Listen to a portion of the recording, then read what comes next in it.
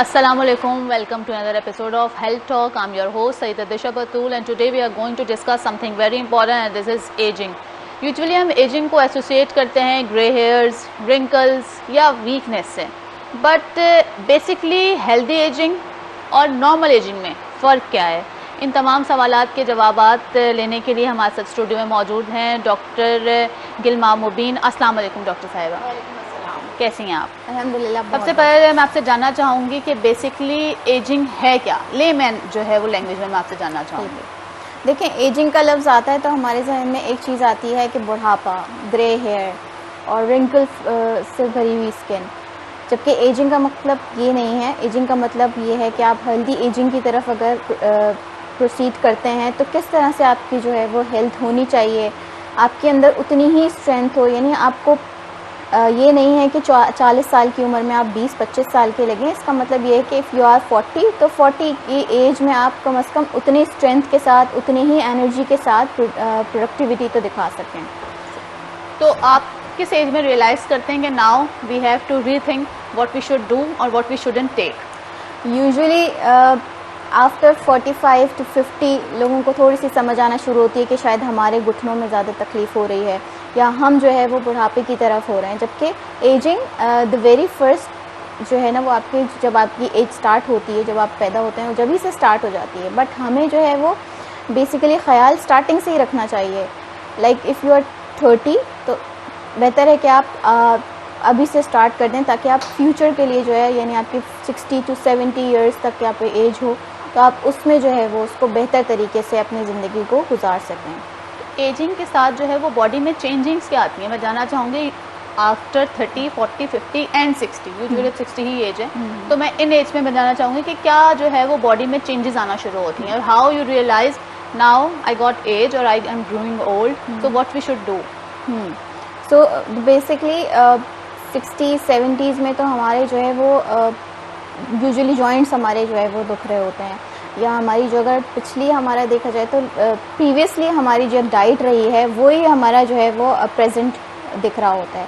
और इसी तरह से हम आगे की बात करें तो हेल्दी एजिंग की तरफ किस तरह से हम स्विच करें, तो उसके लिए हमारी डाइट, एक्सरसाइज और मेंटल स्ट्रेस हो गया, इसकी मैनेजमेंट बहुत ज़रूरी है, बहुत इम्पॉर्टेंट है। लाइक इफ़ यू आर 60 तो आपने जो पिछले साल गुजारे हैं उसमें अगर आपने उसको प्रॉपरली मैनेज नहीं किया, अपना स्ट्रेस, अपनी प्रॉपर डाइट, अपनी एक्सरसाइज, तो यूजुअली आप जो है वो 60 to 70 ईयर्स में अपने आप को बहुत ज़्यादा लेथार्जिक फील करेंगे, बिल्कुल लो एनर्जी फील करेंगे, आपकी बहुत ज़्यादा स्ट्रेस होगा, आपको यही सोच के कि शायद मैं अब ज़्यादा बूढ़ा हो गया हूँ, मैं किसी काम करने के काबिल नहीं हूँ। सो इट्स बेटर कि जो आपकी अर्ली ईयर्स हैं, अर्ली 30s हैं, आप तब से जो है उसको फ्यूचर जो है वो अपना जिस तरह बाकी चीज़ों में अपनी फ्यूचर की इन्वेस्टमेंट करते हैं, हेल्थ में भी अपनी इन्वेस्टमेंट करना स्टार्ट करें। हाउ? क्वेश्चन इज़ कि आप डाइट क्या ले रहे हैं, क्या आप एक्सरसाइज कर रहे हैं, क्या आप अपनी जो है वो स्लीप साइकिल आपकी बेहतर है, क्या आप कब टाइम पे सो रहे हैं, आप अपनी स्ट्रेस को प्रॉपर्ली मैनेज कर रहे हैं, या सिर्फ आप जो है वो काम का स्ट्रेस लेके और डाइट को भी ज़्यादा, आप जब आपके पास काम का स्ट्रेस होता है तो आप अपनी डाइट को भी कॉम्प्रोमाइज़ कर रहे होते हैं, आप अपनी एक्सरसाइज को भी कॉम्प्रोमाइज़ कर रहे होते हैं। लाइक आप जिम नहीं जा रहे, कोई प्रॉपर एक्सरसाइज रूटीन नहीं है, आपका स्लीप साइकिल बेहतर नहीं है। तो मैं आपसे जानना चाहूँगी कि स्ट्रेस को कैसे मैनेज करें? ओके, तो स्ट्रेस को मैनेज करने के लिए यही बात कि आप अपनी डाइट को अच्छा करेंगे। अच्छा, ये डायरेक्टली जो है वो प्रोपोर्शनेट है? It is because stress mind और यानी गट का, पेट का जो ताल्लुक है वो माइंड के साथ बहुत ज़्यादा है। आपकी गट हेल्थ आपको बताती है कि आपका जो है वो स्ट्रेस लेवल कितना है, आपका स्ट्रेस लेवल बताता है कि आपकी गट हेल्थ कैसी है, इंटर रिलेटेड है। अच्छा, आपका स्ट्रेस ज़्यादा होगा तो या तो आप स्ट्रेस में खाना कम खाएंगे, जितना न्यूट्रिएंट इनटेक आपका होना चाहिए, या तो आप उसको कम ले रहे होंगे या आप यूजुअली बहुत ज़्यादा ले रहे होंगे। तो this is called anxious eating, या आप जो है वो बिहेवियरल डिसऑर्डर, जो ईटिंग डिसऑर्डर्स होते हैं उसमें वो ले रहे होते हैं। इसी तरह से अगर आपका जो है गट हेल्थ, गट प्रॉब्लम है तो फिर वो आपका स्ट्रेस लेवल भी बढ़ा रहा होता है। आप यूजुअली कार्बोहाइड्रेट का इंटेक बहुत ज़्यादा कर रहे हैं, हेल्दी फूड का इंटेक नहीं कर रहे, लाइक उसमें फाइबर्स नहीं हैं, हेल्दी फैट्स नहीं हैं, सिर्फ रिफाइंड कार्ब्स का इंटेक है, तो this will increase your stress level. आपका इंसुलिन रेजिस्टेंस स्टार्ट हो जाएगा, इंसुलिन रेजिस्टेंस होगा तो फिर आपका जो है वो स्ट्रेस लेवल भी बढ़ेगा। सही सो है। The gut and the mind is interrelated. तो आप कहते हैं एक्सरसाइज इज रियली इंपॉर्टेंट, आपको जिम भी जाना है, एक्सरसाइज भी करना है, but our life is very hectic day by day. इसमें कैसे जो है वो हम लोग जिम भी जो है मैनेज करें, काम भी मैनेज करें, अच्छा खाना भी मैनेज करें। और अच्छा खाना मीन्स एक ले मैन लैंग्वेज में बोलूँगी, it's a word eye view, it's always very expensive. तो इज इट अ मिथ और a true? It's a myth. अच्छा, आपको बहुत कुछ इसके लिए एजिंग, हेल्दी एजिंग के लिए एक्सपेंसिव या एग्जॉटिक फूड्स लेने की रिक्वायरमेंट नहीं होती। If you want to take a healthy food, आप सिंपल जो हमारा पाकिस्तानी ट्रेडिशनल फूड है जिसमें आपके सिंपल चीज़ें आ जाती हैं, गोश्त बेसिक रिक्वायरमेंट है, गोश्त की रिक्वायरमेंट आपकी प्रोटीन को पूरा करेगी। देन आपका आ जाता है होल ग्रेन्स, आपकी रोटी चावल जो आप खा रहे हैं, जो हमारा स्टेपल फूड है वो लाजमी लें। अगर आप गोश्त नहीं ले पा रहे हैं, लाइक सोशो इकोनॉमिक स्टेटस की बात करें अगर हम, तो आप उसको उस प्रोटीन की रिक्वायरमेंट को दालों से, बीन्स से, जो डिफरेंट हमारी लोबिया, चने, दालें होती हैं, इनसे पूरा कर सकते हैं।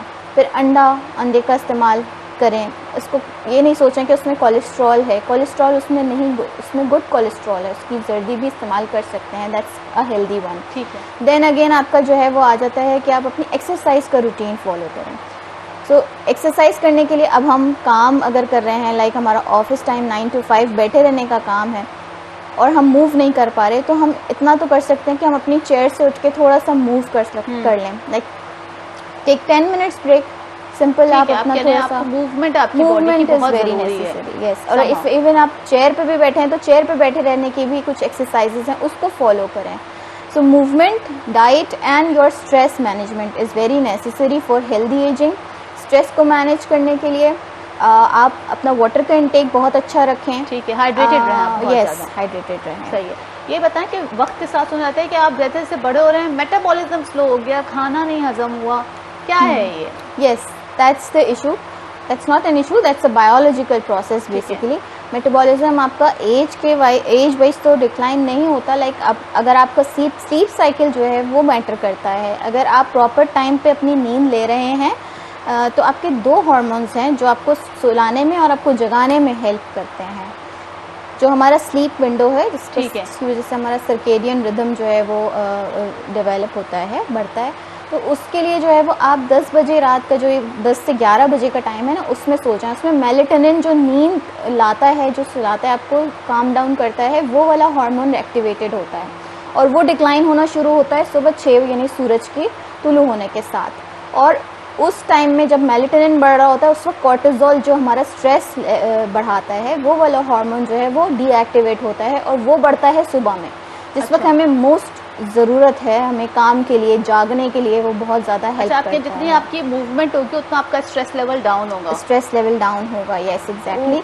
And the timing, sleep timing is very important. रात के 10-11 बजे you should be on the bed. Yes, और if your like timing is not suitable, कि आप जो है वो काम कर रहे हैं, रात में काम कर रहे हैं, नहीं सो सकते, then it will contribute to your bad metabolism. आपका मेटाबॉलिज्म स्लो करने में बहुत ज़्यादा वो इफेक्ट करेगा। सो मेटाबॉलिज्म जो बेसिक वर्ड है, वो उसका मतलब ये है कि आपका निज़ाम हज़म, आपका सोना जागना, आपका उठना, आपका डायरेक्टली सोना और जागने से जो है वो connected. And diet is well. ठीक है, मैं ये जानना चाहूँगी, बड़ी कीटो डाइट सुना हुआ है, कीटो डाइट ले लो, ये आपको यंग रखती है, या जो है वो सिर्फ प्रोटीन का इंटेक लो, कार्ब्स ना लो। इज इट ट्रू कि आप सिर्फ ये लोगे तो आप यंग नज़र आओगे? No, it's a myth. It's basically a fat diet. Fat diet का मतलब कि ये गलत प्रैक्टिसेस हैं। Keto diet is not for everyone, सबके लिए नहीं है।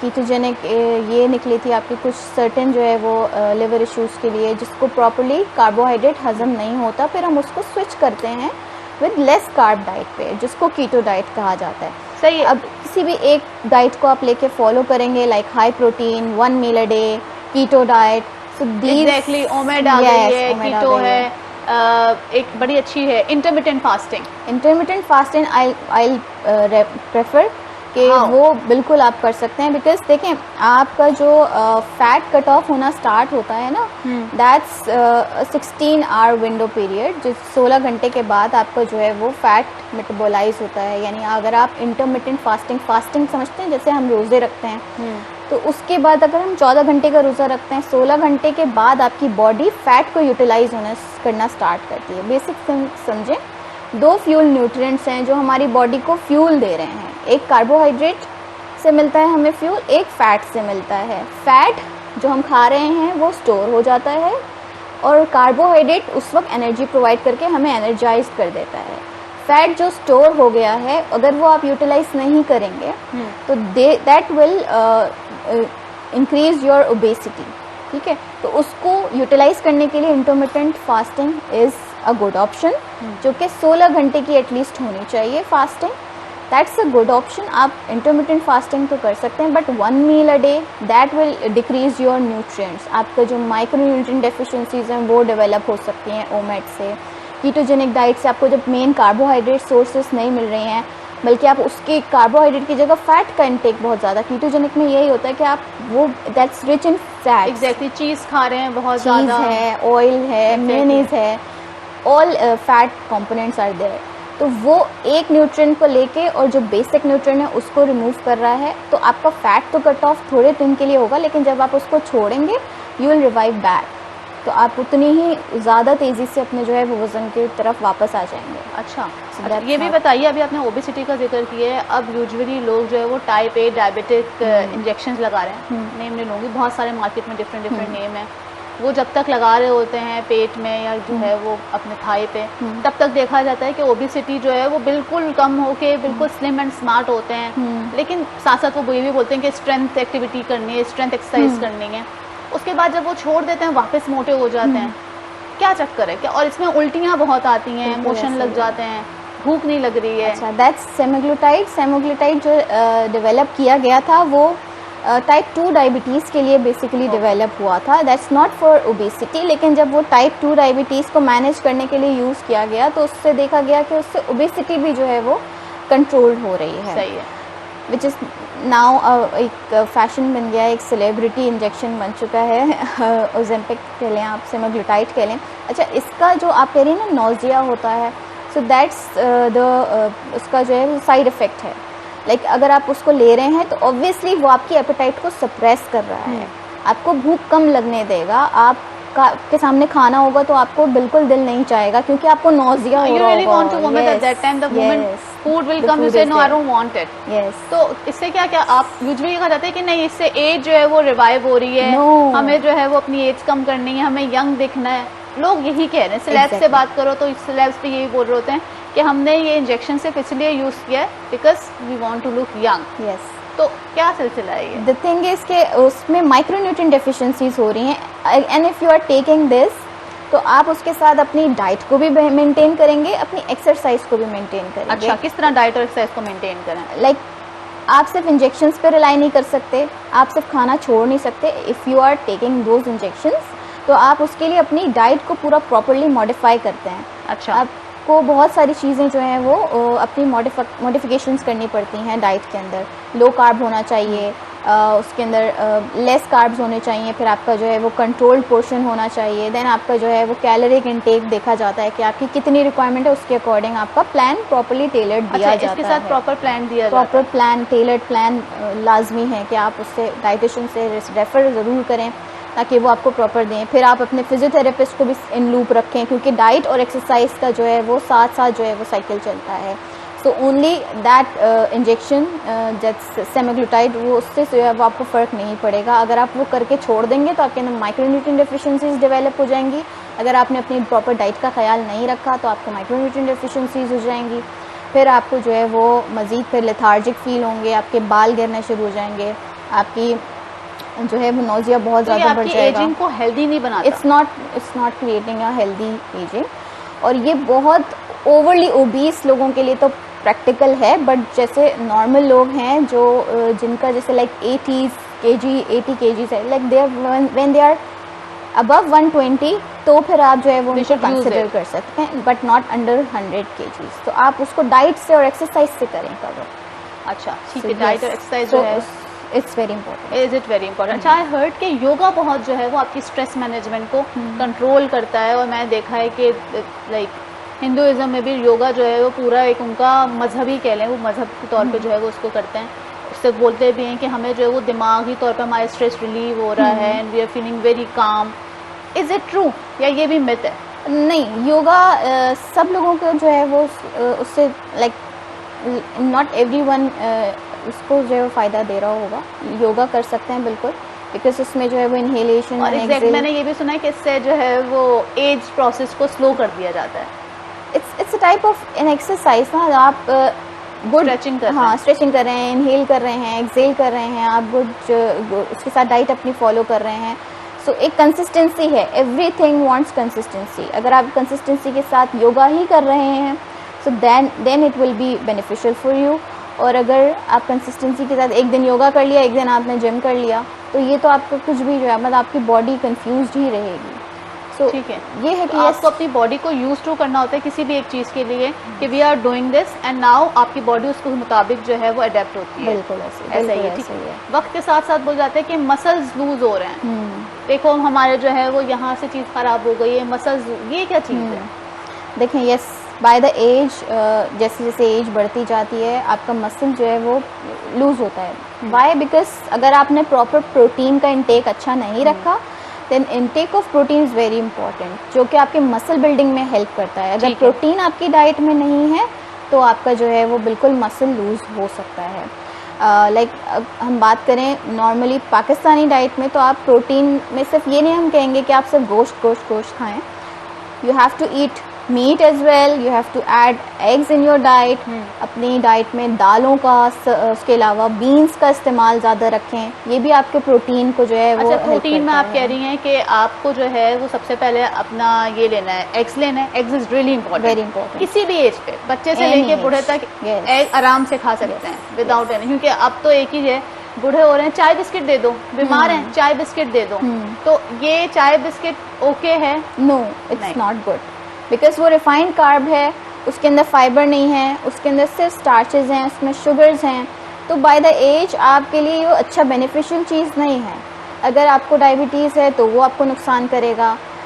देन अगेन उसमें न्यूट्रिएंट्स नहीं है ना, तो it's not a good option. आप उसकी जगह डिफरेंट नट्स यूज़ कर सकते हैं, फ्रेश फ्रूट्स का इस्तेमाल कर सकते हैं, और ये हेल्दी ऑप्शंस हैं। प्रोटीन्स में आप कह रही हैं एग्स अच्छे हैं, दालें अच्छी हैं, इसके अलावा क्या क्या प्रोटीन में रेफर करेंगे? एग्स हो गए, दालें हो गई, गोश्त हो गया आपका, मीट। एक टाइम इस तरह से बैलेंस करें अपनी मील को कि आप एक टाइम जो है वो मीट ले लें, नेक्स्ट टाइम जो है वो आप प्लांट प्रोटीन यानी कि दालों का इस्तेमाल कर लें। तो इस तरह आपका जो दिन है प्रोटीन के हिसाब से वो आपका मैनेज हो जाएगा। देन आपका जो है मिल्क हो गया, डेयरी प्रोडक्ट्स में मिल्क का इंटेक बहुत रखते हैं। इंटॉलरेंस पेशेंट होते हैं उनको आप फिर क्या रेफर करती हैं? अच्छा, जो लैक्टोज इंटॉलरेंस है वो तो बाय बर्थ ही होती है ना इशू। अब उसमें जो है मिल्क से बनी हुई तमाम चीज़ें आपको रिस्ट्रिक्ट करनी होती हैं, एंड उसका ऑल्टरनेट आप ले सकते हैं। सोया मिल्क होता है, आलमंड मिल्क होता है, जो प्लांट बेस्ड हैं। इसमें कैल्शियम, हमें बेसिकली कैल्शियम की रिक्वायरमेंट है जो हमें मिल्क से मिल रही है,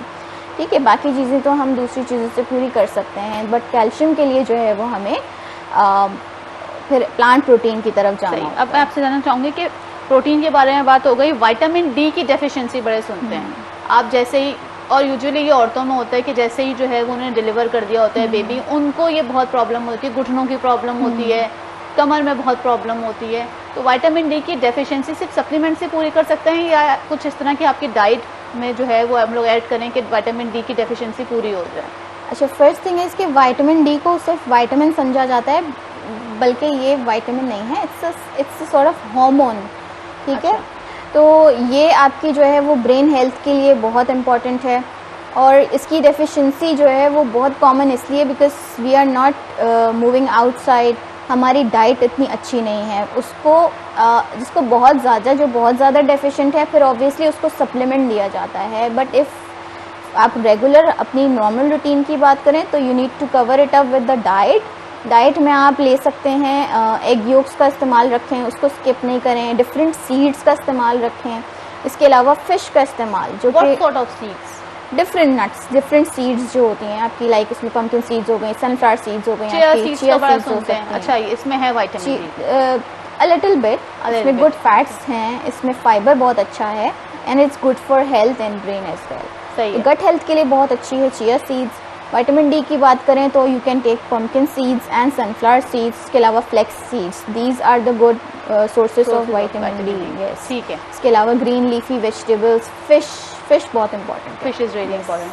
व्हाट अबाउट B12? क्योंकि वक्त के साथ साथ आपकी B12 की डेफिशिएंसी होती है, बाल गिरते हैं, आपके नेल्स जो है वो प्रॉब्लम होते हैं, अक्सर देखते हैं फ्लेक्सिबल पड़ जाती हैं। एग्जैक्टली। तो B12 को किस तरह पूरा करें? सेम गोज विद B12 का भी यही रोल है। Vitamin D and B12 go hand in hand, इन दोनों का जो है वो बहुत अच्छा कॉम्बिनेशन है। वो आपको जो है वो एनर्जी प्रोवाइड करता है, आपके कॉग्निटिव डेवलपमेंट के लिए बहुत अच्छा है, फिर आपकी स्किन के लिए, हेयर के लिए, नेल्स के लिए बहुत इंपॉर्टेंट है। आपकी जो माइक्रो जो रेड ब्लड सेल्स है ना, उसकी प्रोडक्शन में हेल्प करता है। अच्छा, तो इसको कहते हैं माइक्रोसाइटिक अनीमिया, छोटे सेल का अनीमिया, उसकी वजह से होता है विटामिन B12 की कमी की वजह से। ठीक तो है। उसको डाइट से कैसे कवर करेंगे? आप अपनी डाइट में बीफ का इंटेक रखें, उसके अलावा पत्तों वाली सब्जियों का इंटेक अपना बढ़ाएं, फिर मैंने आपको बताया सीड्स और नट्स। पत्तों वाली जो सब्जियां आप कह रहे हैं वो एज अ सैलेड खाएं? As a salad and cooked form, both form, दोनों बहुत स्पिनच हो गई, बेनिफिशियल बेनिफिशियल है। यस, सही है। और साथ साथ आयरन के आप कह रहे हैं ये भी बहुत ज़रूरी है। यस। तो आप कह रहे हैं नाजरीन को ये जो है प्रोटीन लेनी है, B12 लेना है, विटामिन डी की जो है वो लाजमी सप्लीमेंट्स नहीं, लेकिन यूजुअली डाइट से आपको कवर करें, और iron, these are very important. These are very तो ये मसल्स बिल्डिंग में भी हेल्प करते हैं? They help in muscle building. Protein is the major source जो मसल बिल्डिंग में हेल्प करता है। प्रोटीन आपका एनिमल सोर्सेज से मिल जाता है, और प्लांट प्रोटीन से आपको मैंने बताया दालों से मिल जाता है। बिल्कुल सही कह रही हूँ। ठीक है, तो अब मैं ये आपसे पूछूंगी कि यूजुअली जैसे जैसे हम बड़े हो रहे होते हैं हमें बड़ी प्रॉब्लम होती है, रिंकल्स पड़ रहे हैं, ये वाली जो है वो स्किन नीचे गिर रही है जो है। अब हम लोग डॉक्टर से बात हैं, डर्माटोलॉजिस्ट से बात हैं, रेटिनॉल का बड़ा इस्तेमाल सुनने में आ रहा है। आप रेटिनॉल लगा लो, यंग दिखना शुरू हो जाओगे। एजिंग लेमैन, मतलब एक नॉर्मल पाकिस्तान से पूछेंगे तो एजिंग वो ये बोलता है कि भाई मैं जवान दिखूं, उसको इससे कोई फर्क नहीं पड़ता कि उसके पेट में क्या चल रहा है, खाना हजम हो रहा है नहीं हो रहा है, अंदर की स्किन लटक गई है, कोई इशू नहीं है, बस यहाँ तक उसको अगर जवान नज़र आ रहा है ना, उसके लिए यही एजिंग है। द बेसिक थिंग कि जो हम आज टॉपिक पे डिस्कशन करना चाह रहे हैं वो यही है कि एजिंग सिर्फ आप रिंकल्स नहीं देखें, सिर्फ आप विजुअली नहीं देखें, या आप अपना स्केल नहीं मेजर करें कि आप स्केल पे कितना आपका वजन आ रहा है। आप बेसिकली ये देखें कि आपके मसल्स कितने टोन्ड हैं, आपके मसल्स में कितनी स्ट्रेंथ है, आप खुद कितने एनर्जाइज्ड हैं। अपने आप को खुद जो है वो असेस करें कि आप सीढ़ियाँ चढ़ सकते हैं, उतर सकते हैं, और अगर आपको मतलब उसमें कोई तकलीफ़ तो नहीं हो रही, आपके पैरों में तो कोई तकलीफ़ नहीं हो रही, फिर आप जो है वो अपनी प्रॉपरली एक्सरसाइजेस कर रहे हैं, तो उस वक्त आपको कोई लेथार्जिक फीलिंग तो नहीं आ रही, या अगर आप दिमाग का बहुत ज़्यादा जैसे काम कर रहे हैं, इस्तेमाल कर रहे हैं, तो उसके बाद आपका जो है वो शुगर लेवल फ़ौरन क्यों डाउन हो रहा है, ये तमाम चीज़ें असेस करें। सो एजिंग जो है वो सिर्फ विजुअली देखने से नहीं है, आपका अपने अंदर inner strength is very important. तो उसके लिए hydration is very important, good fibres का इंटेक होना चाहिए, गुड फैट्स का इंटेक आपका लाजमी है। So that these are the basic things. अच्छा, आई हर्ड कि जैसे से आप जो है वो एज की तरफ जा रहे होते हैं आपका बेली निकल जाता है, सही, खाना बहुत खाना शुरू हो जाते हैं, या तो बिल्कुल खाना ख़त्म कर देते हैं, या बहुत ज़्यादा आपकी डाइट जो है वो बढ़ जाती है, बेली फैट बहुत बढ़ जाता है। ऐसा होता क्यों? और ऐसा है, मैंने बहुत से लोगों को देखा जैसे जैसे बड़े हो रही हैं, ख़ास तौर पे औरतें, उनका बेली फैट बहुत बढ़ जाता है। That could be a reason कि आप एक्सरसाइज कम कर रहे हैं, या आपकी मूवमेंट उस तरह से नहीं है। और क्योंकि देखें जब हम एज बढ़ रही होती है तो उस वक्त हमारी स्ट्रेंथ ट्रेनिंग की बहुत ज़्यादा रिक्वायरमेंट है। हम यंगर सेल्फ तो स्ट्रेंथ ट्रेनिंग मैं अपने नाज़रीन को बताना चाहूँगी कि बेसिकली स्ट्रेंथ ट्रेनिंग है क्या। आज हम डॉक्टर साहब से ये पूछेंगे करना क्या है स्ट्रेंथ ट्रेनिंग में। अच्छा, स्ट्रेंथ ट्रेनिंग जो है वो आपकी डिफरेंट स्ट्रेचेस होती हैं, डिफरेंट स्ट्रेचिंग एक्सरसाइजेस होती हैं, थोड़ा वज़न उठाना और अपने हाथों को इस तरह से जैसे मूव करना कि आपने थोड़ा सा वज़न लेके। अब हम क्या कर रहे हैं, अब हम इतने ज़्यादा इमोबाइल हो गए हैं, मेड्स हैं हमारे पास, बिल्कुल ऐसा ही है। हम कुछ भी नहीं, हम वज़न उठाना पसंद ही नहीं करते। हाँ, बिल्कुल ऐसा ही है। पहले क्या होता था, पहले की ख़वातीन थोड़ी सी स्ट्रॉन्गर इसीलिए होती थी because they used to lift weights, घर के काम करती थी, वो वेट्स वगैरह वो खुद उठा लेती थी।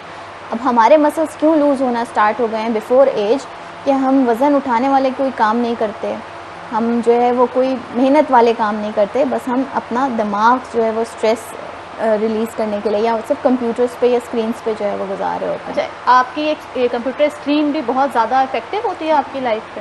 It's not effective at all. नहीं, मैं बैड इफेक्ट की बात, हाँ बिल्कुल, नेगेटिव इम्पैक्ट पड़ रहा है। Yes, it is causing negative impact, क्योंकि देखें वही बात कि आपकी एक तो आइज़ का इशू आ रहा है, देन आपका जो है वो बहुत ज़्यादा माइंड का इशू आ रहा है, आपका दिमाग बहुत ओवरली जो है वो ओवरलोड हो रहा है, फिर आप अपना जो है वो उसमें नहीं, आपका स्लीप साइकिल डिस्टर्ब हो रहा है। मैंने आपको बताया कि हमारा जो लेट नाइट है, लेट नाइट स्क्रॉलिंग तो हमारा जो है वो समझे एक मशगला बन चुका है। सो उससे जो है वो आपका माइंड बहुत ज़्यादा थक रहा है, फिर आपकी आई साइट का इशू आ रहा है। So try to reduce the time. हाँ, ठीक है, ये बताइए कि जैसे जैसे हम बड़े हो रहे होते हैं, जो एल्डरी वो होते हैं, एडल्ट हमको कहते हैं उनको, कि अवॉइड करो भाई, कार्ब्स को मुकम्मल अवॉइड करो, वाकई ही करना चाहिए? No, it's not a good option. Carbohydrates को कम्प्लीटली हमें नहीं छोड़ना है, क्योंकि they are the major source of energy. सही है, ठीक है, ठीक है। तो और फिर हमारा पाकिस्तानी फूड्स की बात करें तो it's our staple, chawal, roti, they are the carbohydrates और they are the staple foods of our country. तो हमें बेसिक एनर्जी उसी से मिल रही है, हमें उसका बस पोर्शन कंट्रोल करना सीखना चाहिए।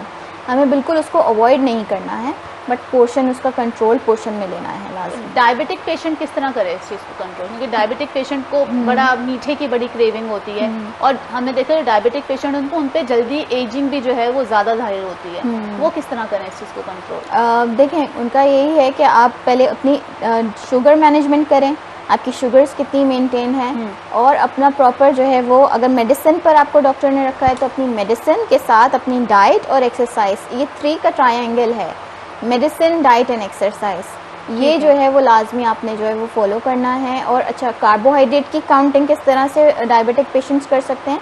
एक सिंपल सा तरीका है, आपकी प्लेट है, अपनी प्लेट का हाफ पोर्शन जो है वो फिक्स कर लें कि आपको सब्जियां, इवन कुक्ड और सैलड, ये आपको कंज्यूम करनी है। द रेस्ट हाफ में आप 1/4 पोर्शन जो है वो रोटी या राइस का रखें, और 1/4 पोर्शन आपका दाल या मीट का कोई भी सालन हो गया या एनीथिंग जो हमारा फूड होता है वो ले सकते हैं। लेकिन हाफ पोर्शन अगर आपने सैलेड का फिक्स कर लिया, so this way can reduce your sugars, high sugars, या आपकी जो है कोलेस्ट्रॉल है उसको हेल्प। और बीपी को जो हाई बीपी वाले पेशेंट्स होते हैं उनको किस तरह जो है वो अपनी डाइट को कंट्रोल करना चाहिए?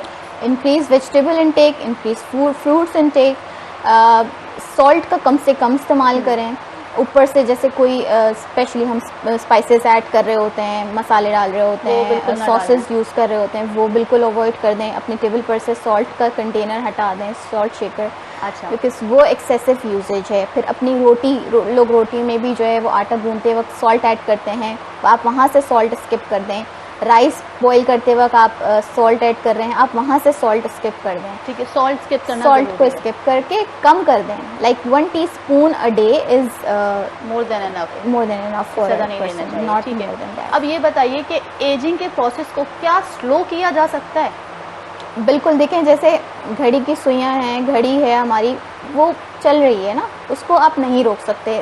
Same is the case with the age, उसको आप रोक नहीं सकते, बट आप उसको बेहतर बना सकते हैं। Like you can increase your age with the lifestyle modification. आप अपनी डाइट के थ्रू, अपनी हेल्थ के थ्रू, अपनी लाइफस्टाइल को मॉडिफाई करके जो है अपनी एजिंग का प्रोसेस को स्लो डाउन कर सकते हैं।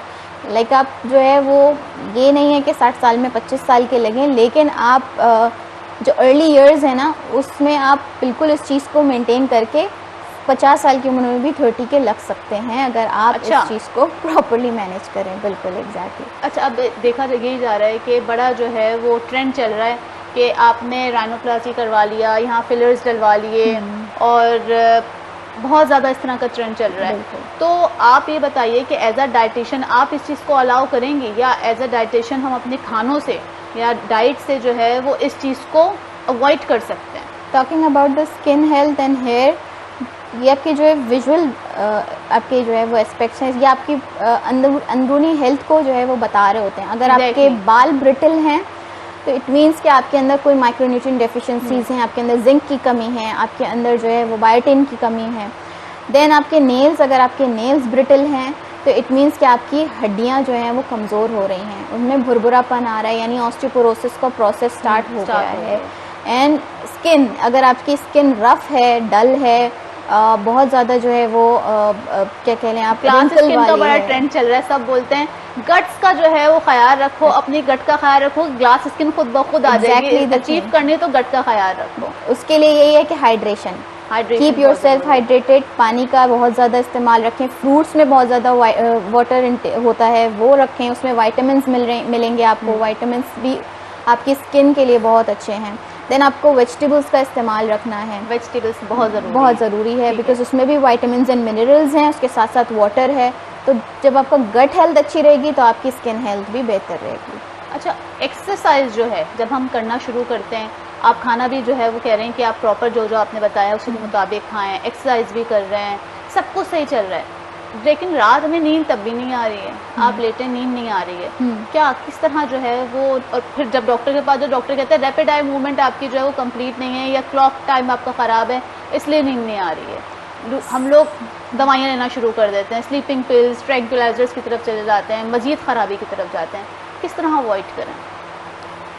देखें, एक तो नेचुरल चीज़ है जो हमें नेचर ने दी है, दैट्स कि जब हमारा सनसेट हो गया इट मीन्स कि हमारी बॉडी के अंदर भी वो प्रोसेस स्लो डाउन, मैंने आपको बताया ना, मेलेटोनिन डेवलप होना, मेलेटोनिन एक्टिवेट होना स्टार्ट हो जाता है बाय 10 PM। ठीक है, 10 से 12 के दरमियान में जो है वो अच्छा एक्टिवेट रहता है, उसका जो एक ग्राफ देखा गया है तो वो उस वक्त ज़्यादा एक्टिवेटेड होता है, और कॉर्टिसोल जो हमारा स्ट्रेस लेवल है वो होता है कम हो रहा होता है। अब उस ड्यूरेशन में अगर आप स्क्रॉलिंग करना स्टार्ट कर दें, स्क्रीन टाइम, न्यूज़ लाजमी देखनी है हमें, सारा टाइम हमने उसमें लगा दिया, देन हमने अपना खाना खा लिया, खाना खाया तो फिर खाने को डाइजेस्ट होने में टाइम लगता है, तो वो जो हमारा टाइम पीरियड है ना सोने का, that is causing the depression, जिसकी वजह से प्रॉब्लम क्रिएट हो रही है, हमारी आई साइट भी वीक हो रही है, हमारा स्लीप टाइमिंग हमारा गलत है, हम सोने के टाइम हम खा रहे हैं और जो हमारा जागने का टाइम है उस वक्त हम सो रहे हैं, जिस वक्त हमारा कॉर्टिसोल यानी स्ट्रेस लेवल जो है वो बढ़ता है, वो इसलिए बढ़ रहा होता है ताकि हम उसको प्रोडक्टिविटी की तरफ लेकर जाएं। लाइक सुबह का जो मॉर्निंग टाइम है उसमें कॉर्टिसोल बढ़ता है, इसीलिए है ताकि आप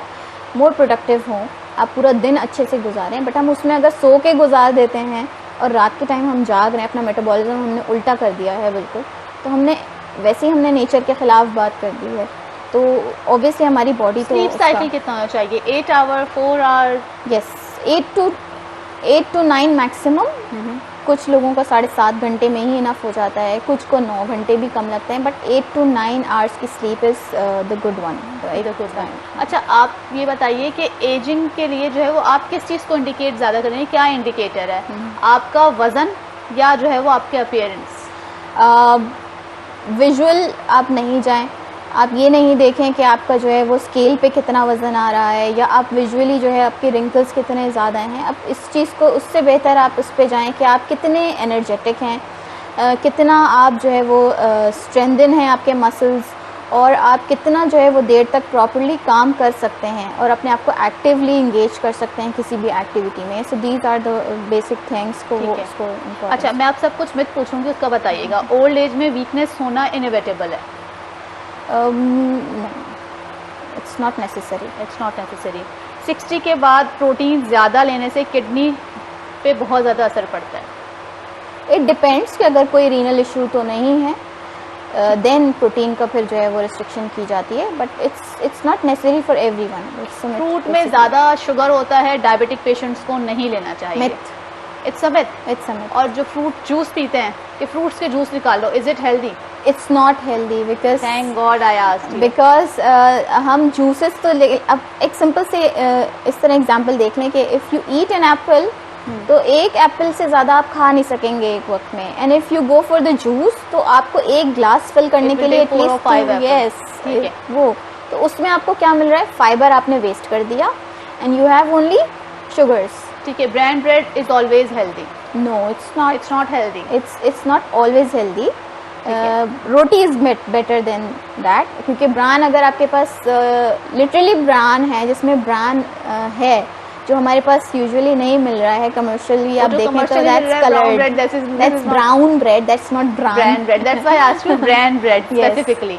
if it's bran, if it has the bran, then you can take not daily but like 2 to 3 times in a ठीक है, week. ये बताइए कि desi ghee is healthier than oil?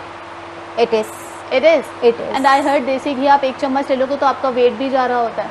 Exactly. If you are taking a good fats, क्योंकि बाकी चीज़ों में आप फिर फैट्स का कट ऑफ कर रहे हैं, and if you are taking the देसी घी तो आप बिल्कुल ले सकते हैं, because it's extracted from the milk. जो क्रीम है, हमें दूध की बलाई है, उससे निकल रहा है देसी घी, और ऑयल्स हमें मिल रहे हैं रिफाइंड होकर हमारे पास पहुंच रहे हैं। और उसकी रिफाइनमेंट में आपको पता है, अगर वो कोल्ड प्रेस नहीं है, रिफाइंड ऑयल्स हैं, तो ऑब्वियसली वो प्रोसेस के थ्रू हमें मिल रहे हैं। Older people should eat very little? No, it's not necessary. It depends कि वो उनका जो है मेटाबॉलिज्म कैसा है, वो उनका निज़ाम हज़म कैसा है, उनकी डाइट कैसी है, उनकी एपेटाइट कैसी है। इट डजंट मीन कि उनको थोड़ा सा ही दें। If they can eat properly they can. Supplements her health के लिए, हर एज के लिए बहुत ज़रूरी है? Not necessary.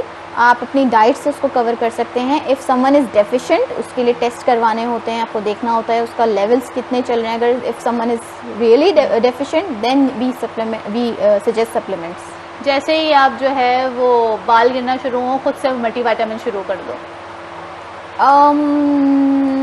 Not necessary. It's better कि आप कंसल्ट कर लें। और सिर्फ बाल गिरना आजकल बड़ी मल्टीविटामिन आई हुई हैं कि पैरों में दर्द है, पेट में प्रॉब्लम है, फलां चीज़ है, मल्टीविटामिन शुरू कर दो, सेट हो जाओगे। Don't take medicines on your own. Consultation is better. आप डॉक्टर से ज़रूर कंसल्ट करें, अपनी हेल्थ इश्यूज़ बताएं उनको, डाइटिशियन से कंसल्ट कर लें डाइट के हवाले से, ताकि वो आपको प्रॉपरली गाइड कर अच्छा, सकें। आपके पास अगर मैं इस तरह आऊँ अपनी कोई भी प्रॉब्लम लेके कि भाई मेरे साथ ये इशू है, आप मुझे सप्लीमेंट्स रेफ़र करेंगे या डाइट बताएंगे? I'll prefer you a diet first. I'll check your reports whether आपका कौन सा जो deficiency even है या नहीं. Then I'll suggest कि even if you required or not. ठीक है। अब ये बताइए कि नाश्ते में हम लोगों को क्या क्या लेना चाहिए? बेस्ट इज घर की बनी हुई रोटी नाश्ते में? यस, ठीक है। विद घर का बना हुआ ऑमलेट, उसमें बहुत सारी वेजिटेबल्स हों, स्पिनच लाजमी डालें उसमें, देन जो आप नॉर्मली वेजिटेबल्स डालते हैं, with a cup of T. सही है। ये सबसे simple common. With a cup of tea? With a cup of tea. You can take tea? Yes, yes. What about the black coffee? Tea, coffee, green tea you can take I heard black coffee जो है वो आपको young रखता है, आपकी गट को बड़ा healthy करता है, मेटाबॉलिज्म तेज करता है। Not exactly. देखिए, गर्म पानी भी पी लेंगे तो आपका जो है मेटाबॉलिज्म फास्ट हो जाएगा। मिड मॉर्निंग में क्या लेना चाहिए? Healthy snacks. मिड मॉर्निंग में आपका फ्रूट्स ऐड हो सकते हैं, आप हेल्दी नट्स ले सकते हैं, नट्स एंड सीड्स का कॉम्बिनेशन ले सकते हैं, फ्रूट सैलेड ले सकते हैं, चना चाट ले सकते हैं। लंच में यू शुड टेक रोटी, जैसे मैंने आपको प्लेट पोर्शन साइज बताया, पोर्शन साइज करके इस तरह लेंगे। Half should be your vegetables always, the rest quarter should be a roti और अ राइस, अ दाल और a any salan. Evening same as lunch. ठीक है, but add yogurt or milk in either lunch or dinner twice a day. ठीक है। अब मैं आपसे ये जानना चाहूँगी कि वक्त बहुत कम है, एक ऐसी सजेशन जो हमारे नाज़रीन को आप देंगे कि हेल्दी एजिंग की तरफ किस तरह जाएं, क्योंकि एजिंग इज़ लाइक नेसेसरी, वो तो आनी ही आनी, you can not stop that, but क्या ऐसा करें कि उस एजिंग को हेल्दी एजिंग में बदल दें? Remember the 3-3-3 rule. 3-3-3 rule is first balance your meal, second 3 meals per day, जो मैंने आपको बताया बैलेंस योर मील में आपको 3 meals per day आ जाएगा। Then second physical activity, focus on physical activity, इधर मूव, डू ब्रिस्क वॉक और do some strength training. And the third one is stress management, manage your stress and take proper sleep. ठीक है, ये 3 बहुत ज़रूरी है। These 3 are very important. ठीक है, बहुत शुक्रिया, आपने हमें वक्त दिया। तो नाज़रीन, मैं आपसे यही बोलना चाहूँगी, एजिंग लाजमी होनी है, you can not stop that, but how to be like, आप बहुत अच्छी एजिंग की तरफ किस तरह जाएं, हेल्दी डाइट के लिए आप अपने सोने की जो है वो प्रैक्टिस को बहुत बेहतर की तरफ लेके जा सकते हैं। डॉक्टर साहब ने जो जो बोला आप उन सब चीज़ों को फॉलो करें। होप करती हूँ होपफुली आपकी जो है वो आगे की लाइफ अच्छी जाए।